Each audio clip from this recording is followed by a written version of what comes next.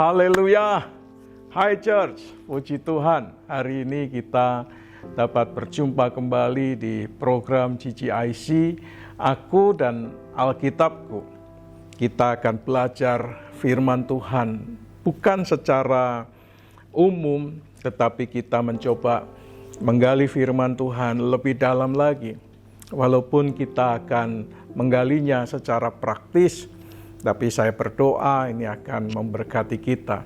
Bukan hanya sekedar menambah pengetahuan kita, wawasan kita berkenaan dengan firman Tuhan, tetapi juga kita lebih dalam lagi hidup di dalam firman, dan firman menghidupi kehidupan kita, sehingga kita berjalan dalam terang firman Tuhan. Amin. Amin. Kita masih di Kejadian pasal yang pertama. Kita akan fokus kepada ayat yang ke-26 ini, karena ada pesan penting yang Tuhan singkapkan kepada kita. Ada satu pesan penting yang kita perlu pahami dengan baik, kita perlu tangkap dengan iman kita, sehingga firman ini dapat kita pahami dan juga kita aplikasikan dalam kehidupan kita sehari-hari. Hari ini tema kita adalah gambar dan rupa Allah. Masih di Kejadian pasal 1 ayat yang ke-26. Sebelum kita berdoa, sebelum kita membaca kembali firman Tuhan, saya ingin mengajak kita untuk memuji Tuhan, menyembah Tuhan terlebih dahulu. Satu pujian yang cukup lama, yang mungkin generasinya sudah berbeda atau generasinya sudah tidak sama lagi, tetapi saya ingin pujian ini memberkati setiap kita. Biar seluruh bumi, Tuhan kami tinggikan namamu, Tuhan kami agungkan namamu. Kiranya pujian ini menjadi berkat bagi setiap kita, saudara. Tuhan kami, agungnya namamu. Kiranya jadi berkat, dan mari kita sembah Tuhan bersama-sama. Kiranya hadirat Tuhan turun, bukan hanya kami di GGIC, tetapi juga hadir di tempat di mana saudara mengikuti program Aku dan Alkitabku ini. Tuhan kami, agungnya namamu. Tuhan kami, agungnya namamu di bumi. Tuhan kami, agungnya namamu di bumi. Kami puji, kami muliakan, tinggikan namamu yang kudus. Kami angkat, kami sembah, mulialah namamu. Tuhan kami, agungnya namamu. Tuhan kami, agungnya namamu di bumi. Tuhan kami, mulialah namamu di bumi. Kami puji, kami muliakan, tinggikan namamu yang kudus. Kami angkat, kami sembah, mulialah namamu. Sekali lagi ya, Tuhan kami, agungnya namamu. Tuhan kami, agungnya namamu di bumi. Tuhan kami, mulianya namamu di bumi.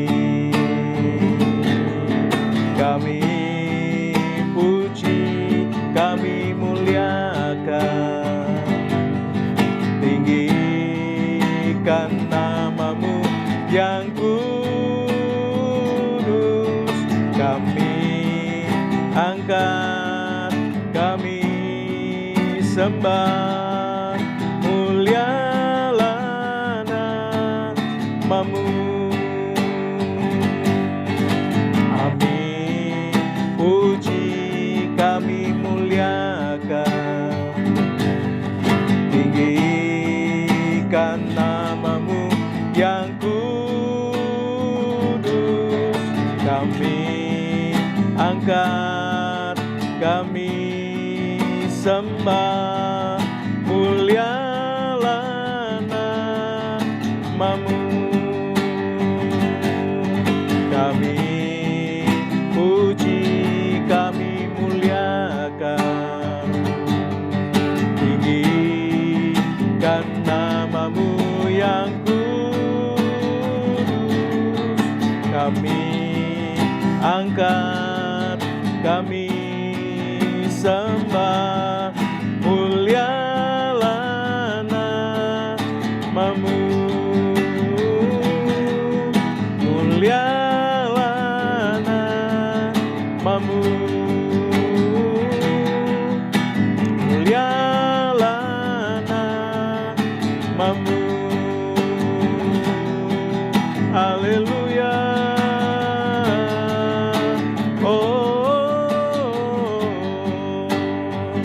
Haleluya, terpujilah namamu, tinggikan namamu Yesus.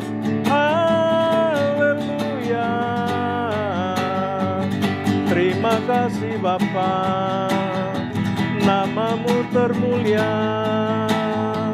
Kami muliakan namamu, tinggikan namamu. Haleluya, haleluya, terima kasih, kami tinggikan, kami agungkan, kami muliakan namamu Yesus selama-lamanya. Haleluya, haleluya, haleluya, haleluya. Terima kasih Tuhan, kami mengucap syukur. Kami menyerahkan program Aku dan Alkitabku pada hari ini ke dalam tangan anugerah Tuhan. Dan kiranya sungguh Roh Kudus menyingkapkan firman-Mu kepada kami, mengiluminasikan firman-Mu, dan kami dapat tangkap pesan Tuhan, kami dapat tangkap rema Tuhan pada hari ini. Dan firman menerangi jalan kami, menerangi pikiran kami, menerangi hati kami, menerangi kehidupan kami, sehingga kami berjalan di dalam terang ilahi. Berbicaralah kepada kami dan berkati kami ya Tuhan. Di dalam nama Tuhan Yesus Kristus kami berdoa. Haleluya. Amin. Puji Tuhan, saudara. Saya berdoa pujian ini memberkati kita, mengingatkan kepada kita bahwa yang layak dipuji, layak ditinggikan, layak dimuliakan adalah Tuhan saja. Amin. Amin.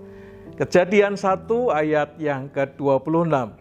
Alkitab mengatakan demikian.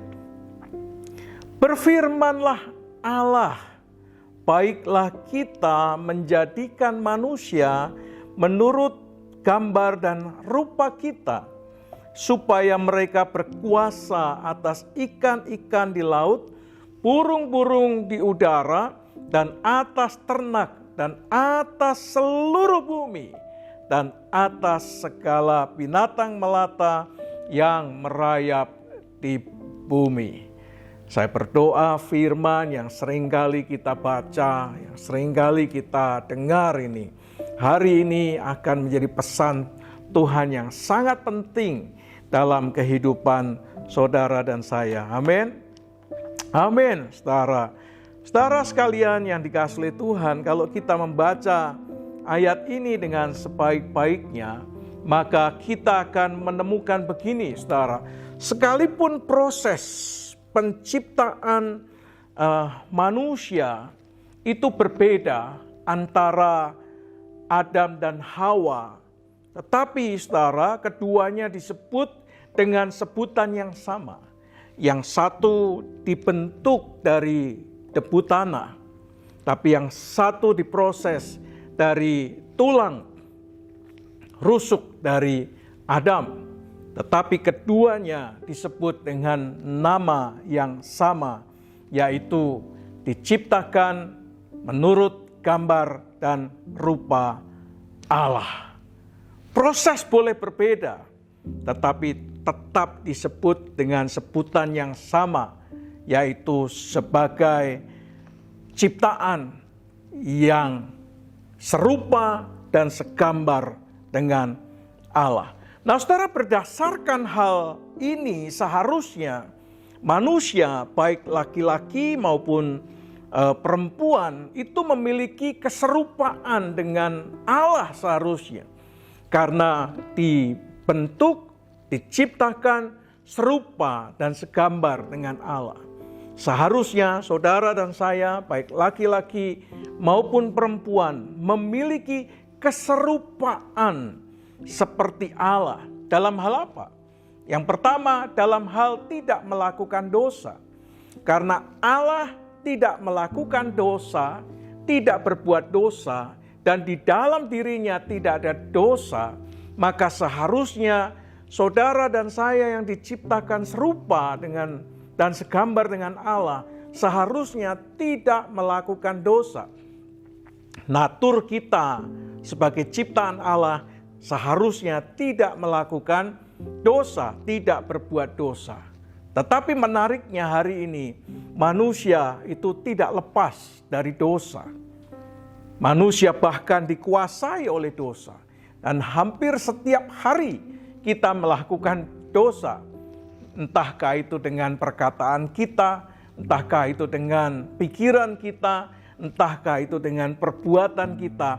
Hampir setiap hari kita tidak lolos, tidak lepas dari berbuat dosa. Tapi seharusnya saudara dan saya tidak melakukan dosa. Keserupaan dengan Allah seharusnya membuat kita ini memiliki kasih seperti Allah. Alkitab mengatakan bahwa Allah itu kasih. Nah, seharusnya saudara dan saya ini memiliki kasih yang lahir keluar dari hati. Melalui perkataan kita, melalui perbuatan kita, melalui tingkah laku kita, seharusnya hadir keluar dari hidup kita adalah kasih. Tapi seringkali yang terjadi toh sebaliknya. Oleh karena kita ini dikuasai oleh dosa, ada natur dosa di dalam kehidupan kita, yang seringkali hadir keluar dari hidup kita bukan kasih.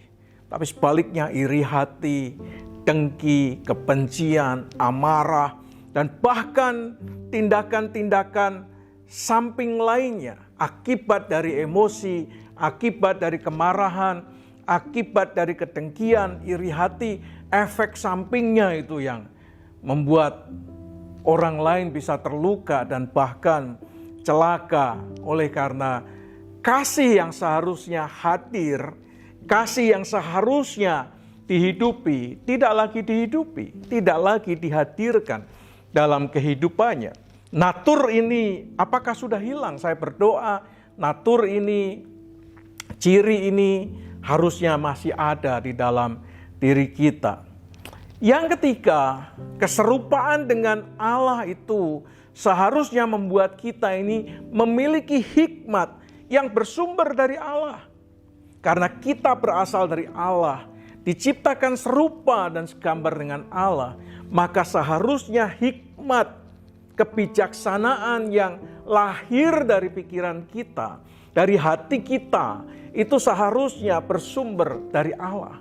Bukan bersumber dari dunia ini, apalagi bersumber dari hal-hal yang lain yang bukan dari Allah. Kadang filsafat-filsafat manusia yang hadir kadang-kadang sangat dipengaruhi dengan hawa nafsu. sangat dipengaruhi dengan kedagingan dan sangat dipengaruhi oleh kuasa atau penghulu pemerintah yang jahat, sehingga hadir bukan hikmat yang dari atas, tetapi hikmat yang dari bawah, hikmat dunia. Saudara, seharusnya di otak kita, di hati kita ini ada hikmat ilahi. Yang keempat, disebut memiliki keserupaan dengan Allah, maka seharusnya sama seperti Allah melakukan hal-hal yang benar, maka seharusnya kita juga bukan melakukan yang jahat, tetapi melakukan yang benar. Oleh karena itu Filipi 4 ayat yang ke-8 mengatakan kepada kita, biarlah yang dipikirkan kita itu adalah hal-hal yang baik, yang mulia, yang sedap didengar, yang patut dipuji. Itulah yang seharusnya kita hidupi dan kita lakukan. Melakukan yang baik, yang benar, yang menjadi berkat bagi banyak orang. Bukan malah sebaliknya.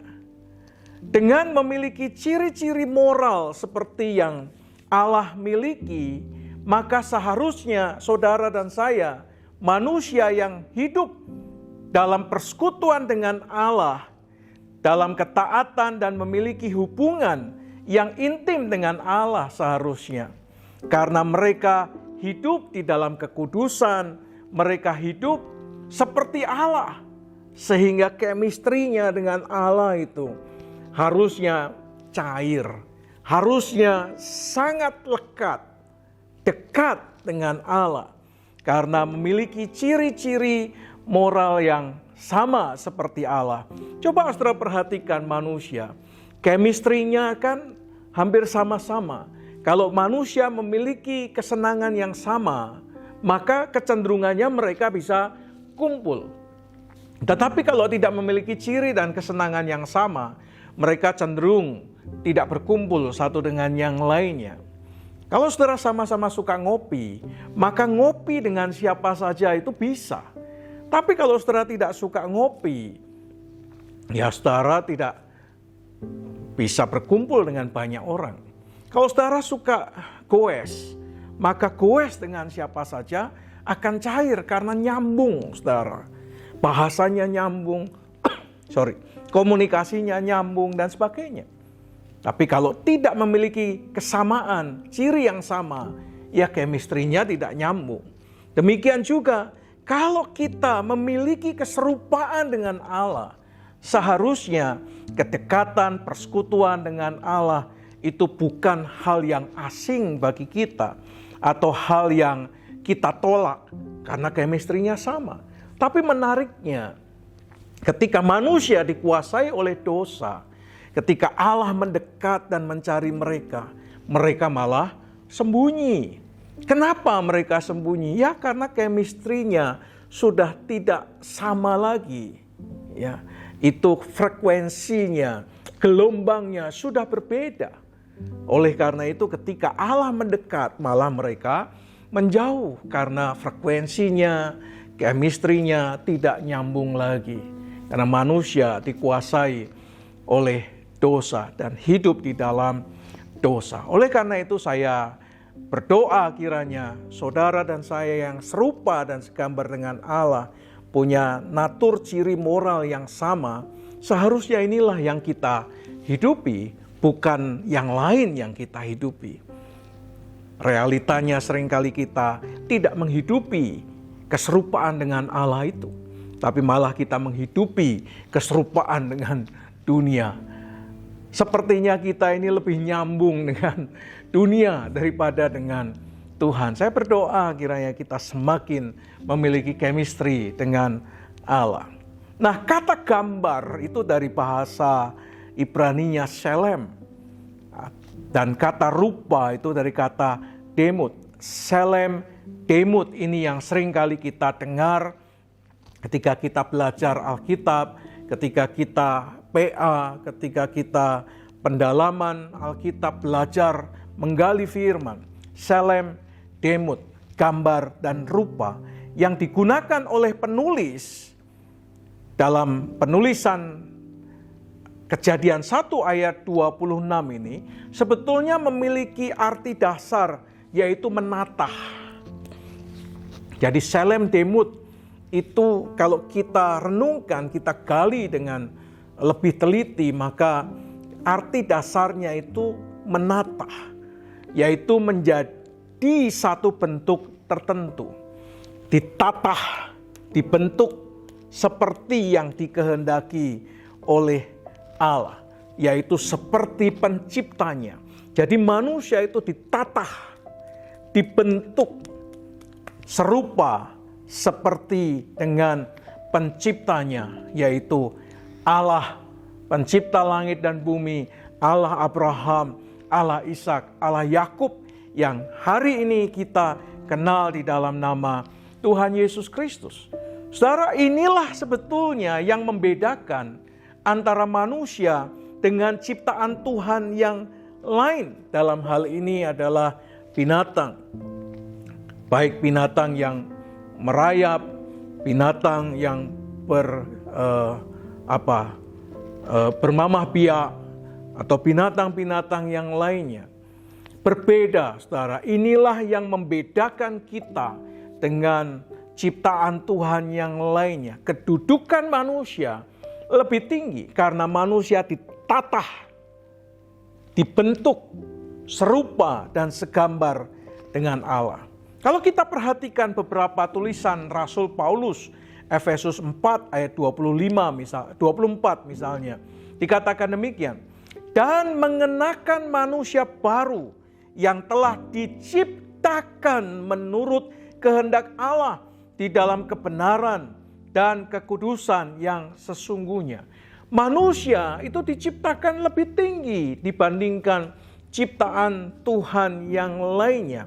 Karena manusia diciptakan menurut kehendak Allah di dalam kebenaran dan kekudusan yang sesungguhnya. Oleh karena itu ada moral di dalamnya, ada standar moral, yaitu kebenaran dan kekudusan yang harus dihidupi oleh manusia yang diciptakan serupa dengan Allah. Karena Allah kudus, maka yang diciptakan serupa dan segambar dengan dirinya harus kudus.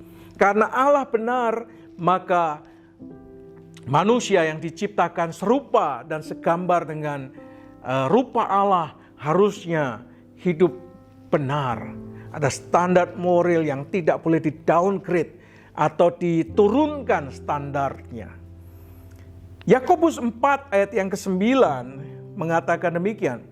Dengan lidah kita memuji Tuhan Bapa kita, dan dengan lidah kita mengutuk manusia yang diciptakan menurut Allah. Inilah yang sering kali terjadi dengan diri kita. Seharusnya kita ini memuji Tuhan atas setiap ciptaan manusia yang diciptakan menurut gambar dan rupanya. Melihat manusia bisa memuliakan Allah. Melihat manusia yang lain bisa memuji Allah, mengagungkan, memuliakan, meninggikan nama Tuhan. Tetapi sebaliknya, manusia tidak melakukan hal itu, tetapi bahkan melalui lidah bibirnya, manusia mengutuki manusia lainnya yang diciptakan menurut Allah. Seharusnya saudara dan saya tidak boleh saling mencemooh, tidak boleh saling mengutuk, tidak boleh saling merendahkan satu dengan yang lain. Once kita merendahkan orang lain, mengutuk orang lain, maka tanpa kita sadari, kita sedang mengutuk Allah.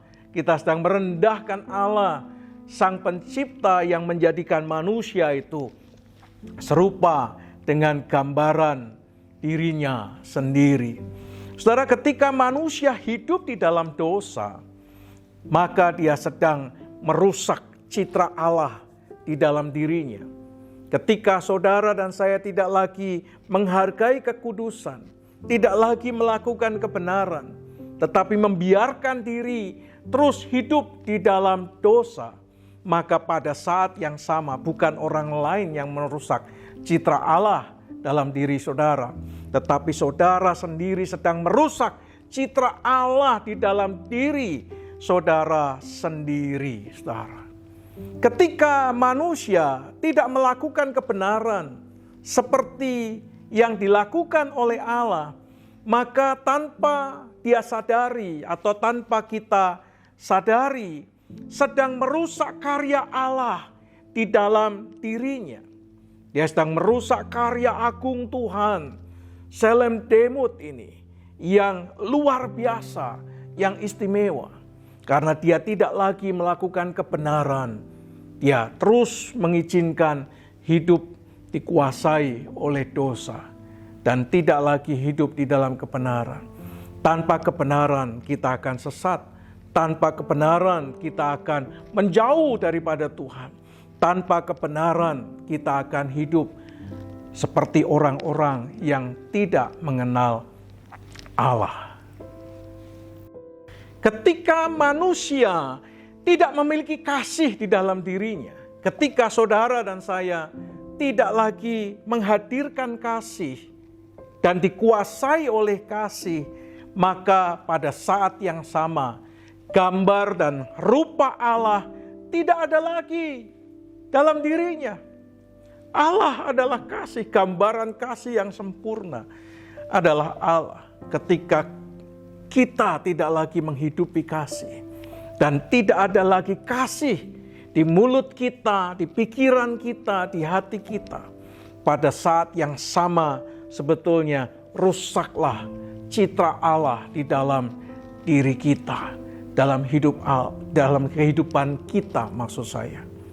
Saudara, pada saat yang sama tidak ada lagi Tuhan yang direpresentasikan dalam kehidupan kita.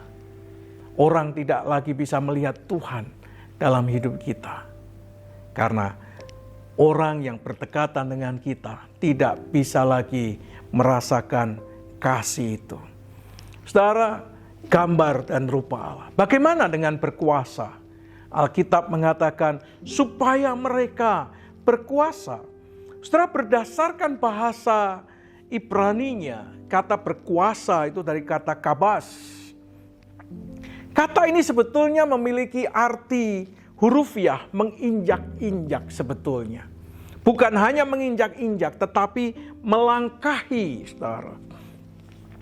Saya ingat ketika masa kecil, kalau kita ada orang tua sedang berbaring, maka kita tidak boleh melompatinya, melangkahinya. Karena ketika kita melangkahinya, itu menunjukkan kita tidak hormat. Kita tidak lagi menghargai orang tua kita. Atau menginjak-injak. Sebetulnya kata kabas, itu artinya menginjak-injak. Nah, kata berkuasa itu sama artinya, yaitu menginjak-injak atau melangkahi. Saudara, kata ini hendak menggambarkan apa sih sebetulnya? Kata kabas ini hendak menggambarkan bahwa Allah itu memberi kita kekuasaan, memberi kepada saudara otoritas, memberi kepada manusia itu kekuasaan atas bumi yang diciptakan oleh Allah. Wow, ini luar biasa, saudara. Bahwa di dalam hidup saudara dan saya ada otoritas ilahi untuk menguasai sesuatu yang ada di atas bumi, seperti yang Tuhan firmankan, supaya bumi ini dapat dikelola, supaya bumi ini dapat dirawat, supaya bumi ini dapat dipelihara sebagaimana yang dikehendaki oleh Tuhan. Oleh karena itulah manusia diberi otoritas oleh Allah. Kalau saudara dan saya membaca Mazmur 8 ayat 5 sampai ayat yang ke-7, maka di sana dikatakan demikian, saudara. Apakah manusia sehingga engkau mengingatnya? Apakah anak manusia sehingga engkau mengindahkannya? Namun engkau telah membuatnya hampir sama seperti Allah dan telah memahkotainya dengan kemuliaan dan hormat. Engkau membuat dia berkuasa atas buatan tanganmu. Segala-galanya kau letakkan di bawah kakinya. Wow, luar biasa. Jauh ribuan tahun setelahnya, pemazmur membuat sebuah pernyataan penting bahwa Tuhan itu membuat manusia berkuasa atas buatan tangan Tuhan. Segala-galanya bahkan diletakkan Tuhan di bawah kaki manusia. Ini luar biasa. Kabas di bawah kaki manusia ciptaan Tuhan. Saudara, manusia ditugaskan oleh Allah untuk menginjak sebetulnya. Ingat bahwa kata menginjak ini itu tidak negatif. Seperti yang tadi saya contohkan. Atau melangkahi bumi. Sekalipun demikian besarnya kekuasaannya, kehormatan dan tanggung jawab yang diberikan oleh Tuhan kepada manusia, manusia tidak bisa melakukan segala sesuatu semaunya sendiri, saudara. Sekalipun di tangan kita ini ada otoritas yang sedemikian hebatnya, tapi kita tidak dapat melakukan semaunya sendiri. Dia harus tetap tunduk di hadapan Tuhan. Dia harus tetap tunduk kepada otoritas yang jauh lebih tinggi, yaitu otoritas Allah. Saudara, selain memiliki arti menginjak-injak dan melangkahi, kata kabas ini juga berarti berkuasa. Nah, kata berkuasa ini juga memiliki arti yang lain, saudara. Apa arti berkuasa yang lain? Artinya adalah menundukkan, saudara. Berkuasa itu berarti menundukkan atau meruntuhkan, menghancur leburkan. Sedikit negatif sebetulnya kalau kita hanya sekedar mendengar kata meruntuhkan atau menghancur leburkan. Oleh karena itu kita perlu memahaminya dengan lebih baik. Di dalam perkembangannya kita melihat, saudara, bahwa manusia itu lebih memilih kecenderungan otoritasnya menghancurkan, meleburkan, menghancur leburkan itu dalam hal yang negatif. Kecenderungannya merusak daripada menggunakan otoritas yang diberikan, kekuasaan yang diberikan oleh Allah untuk sesuatu yang baik, untuk sesuatu yang positif. Tetapi sebaliknya, alih-alih dipakai untuk sesuatu yang positif, tapi malah dipakai untuk sesuatu yang merusak. Hari-hari ini, saudara, iklim bergeser. Bahkan musim hujan di Indonesia ini menurut saya datang lebih cepat atau terjadi lebih cepat dari yang seharusnya. Biasanya hujan itu turun itu di bulan Oktober sampai April. Tapi ini bulan Juli, Agustus sudah hujan. Dan bahkan di bulan-bulan September itu curah hujan sangat tinggi. Sehingga mengakibatkan banjir di beberapa tempat. Bahkan termasuk di kota, di tempat di mana Tuhan tempatkan kami. Itu juga mengalami banjir di pojok-pojok kota. Sehingga mengalami kemacetan yang sangat panjang berjam-jam lamanya. Terjadinya pergeseran, saudara. Bahkan iklim pun berubah, cuaca pun berubah, situasi kondisi bumi berubah. Kenapa, saudara? Karena manusia itu menggunakan otoritas yang diberikan Tuhan untuk sesuatu yang negatif, sesuatu yang merusak. Oleh karena itu, saudara, mari kita ingat bahwa Tuhan memberikan kepada kita otoritas bukan untuk merusak, tetapi untuk membuat bumi ini menjadi lebih baik. Bumi ini terpelihara, bumi ini terkelola dengan sebaik-baiknya. Saudara sekalian yang dikasihi oleh Tuhan, lepas dari manusia itu menggunakan otoritas yang dimilikinya untuk kecenderungan yang negatif. Walaupun tidak semua manusia melakukan hal-hal yang negatif. Tetapi ayat ini mengingatkan kepada kita sebetulnya bahwa Tuhan pencipta langit dan bumi memberi kepada saudara dan saya kuasa untuk berkuasa dan menaklukkan bumi. berkuasa atas semua binatang, berkuasa atas segala sesuatu yang telah diciptakan oleh Allah untuk dikelola, diperhatikan, dilestarikan dengan sebaik-baiknya.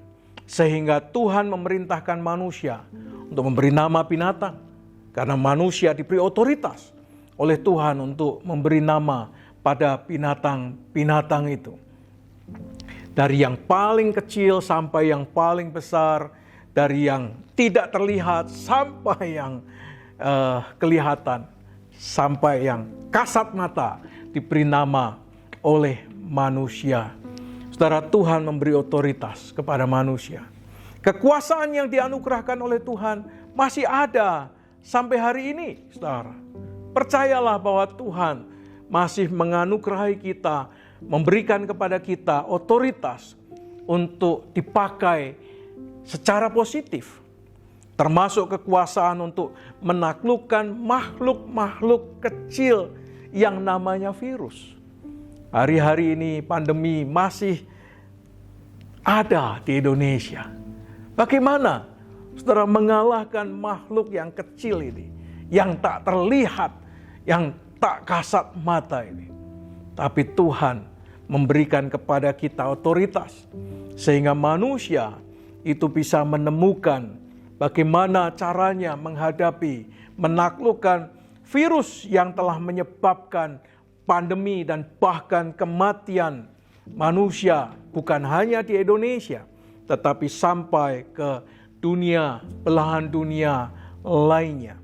Saudara, kiranya sebagaimana pemazmur mengatakan, Engkau membuat dia berkuasa atas buatan tanganmu.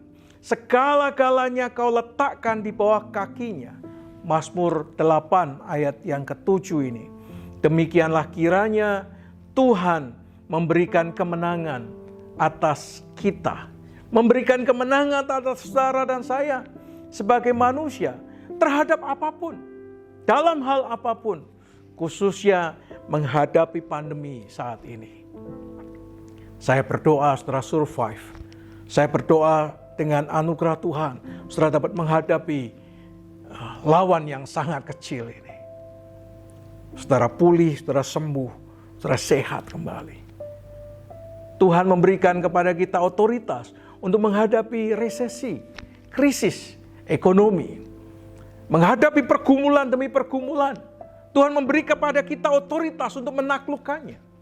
Bukan sebagai orang-orang yang kalah terhadap pergumulan hidup yang saat ini saudara hadapi.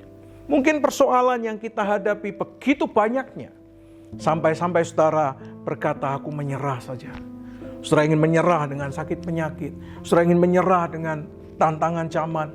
Saudara ingin menyerah dengan krisis perekonomian. Saudara ingin menyerah sebagai orang yang sulit berkompetisi di tengah-tengah pekerjaan. Saudara ingin menyerah sebagai mahasiswa. Saudara ingin menyerah dalam rumah tangga. Persoalan dalam rumah tangga. Saudara, saya mau ingatkan saudara bahwa Tuhan memberikan kepada saudara dan saya otoritas untuk berkuasa atas semua buatan tangan Tuhan. Yang segala-galanya telah diletakkan Tuhan di bawah kaki kita. Wow, ini luar biasa. Jadi jangan menyerah saudara. Ada otoritas Tuhan loh di dalam hidup saudara. Mari kita gunakan kuasa yang Tuhan anugerahkan. Bukan untuk hal-hal yang negatif, tetapi hal-hal yang positif. Kita doakan para ahli yang menguasai virus, dunia virus. Kita doakan para ahli yang menguasai dunia perbankan, ekonomi. Kita doakan para pengusaha, kita doakan UMKM, kita doakan industri besar, kecil, dan sebagainya. Kita doakan tim medis, kita doakan untuk pembuat obat-obatan, vaksin, dan sebagainya. Sehingga saudara, ada begitu banyak orang disembuhkan, dipulihkan, rumah tangga mereka juga dipulihkan. Mari kita doakan juga agar Indonesia dan dunia pada umumnya dilepaskan, dibebaskan dari makhluk kecil yang namanya virus COVID-19. Sekarang namanya XBB, Omicron XBB. Saya berdoa kiranya saudara dan saya adalah orang-orang yang menang. Biarlah di seluruh bumi nama Tuhan ditinggikan, kebesarannya dinyatakan. Amin. Amin. Percayalah saudara dikasihi oleh Tuhan. Amin.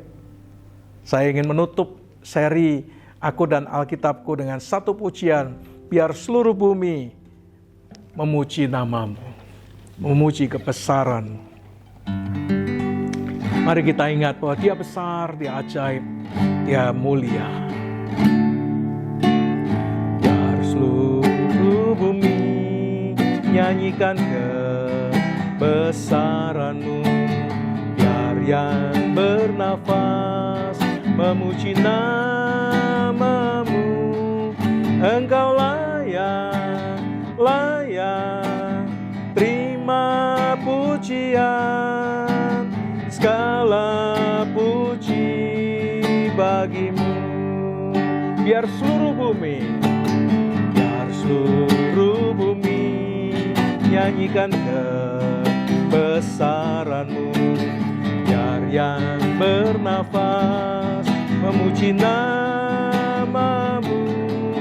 Engkau layak, layak terima pujian, segala puji bagimu. Pujilah Tuhan seluruh umat-Nya, tinggikan Dia, masyurkan namanya. Beri Dia hormat, pujian, agungkan Dia, muliakan namanya. Biar seluruh bumi nyanyikan kebesaranmu, biar yang bernafas memuji namamu. Engkau layak, layak terima pujian, segala puji bagimu. Pujilah Tuhan seluruh umat-Nya, tinggikan Dia, masyurkan namanya. Beri Dia hormat, pujian, agungkan Dia, muliakan namanya. Pujilah Tuhan seluruh umat-Nya, tinggikan Dia, masyurkan namanya. Beri Dia hormat, pujian, agungkan Dia, muliakan namanya. Pujilah Tuhan seluruh umat-Nya, tinggikan Dia, masyurkan namanya. Beri Dia hormat, pujian, agungkan Dia, muliakan namanya. Pujilah Tuhan seluruh umat-Nya, tinggikan Dia, masyurkan namanya. Beri Dia hormat, pujian, agungkan Dia, muliakan namanya. Muliakan namanya. Muliakan namanya.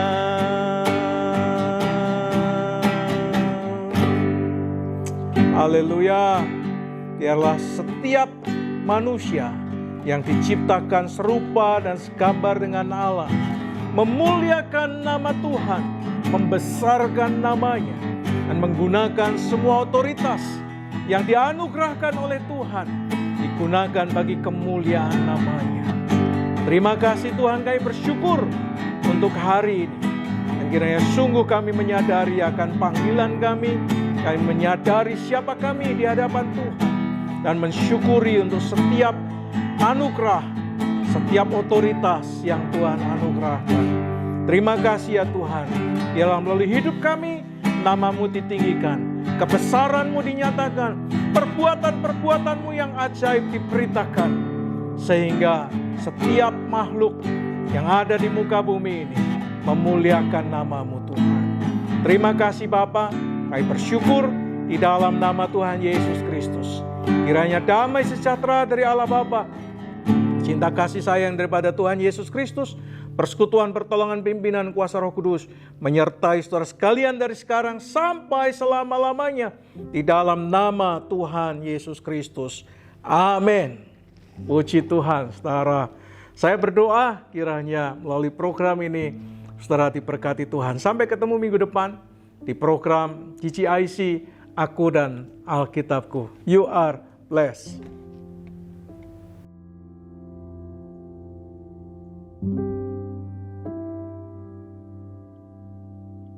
Thank you.